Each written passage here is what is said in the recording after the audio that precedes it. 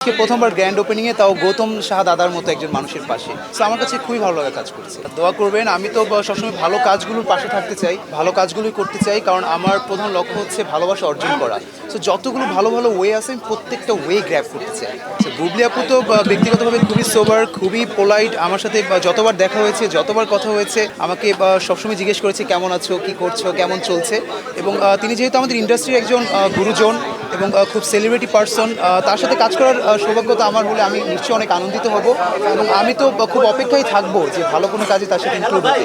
So যখন ডিরেক্টররা ভালো কোনো সুযোগ পাবে তখন আমি নিঃসন্দেহে সেখানে ইনক্লুড হব।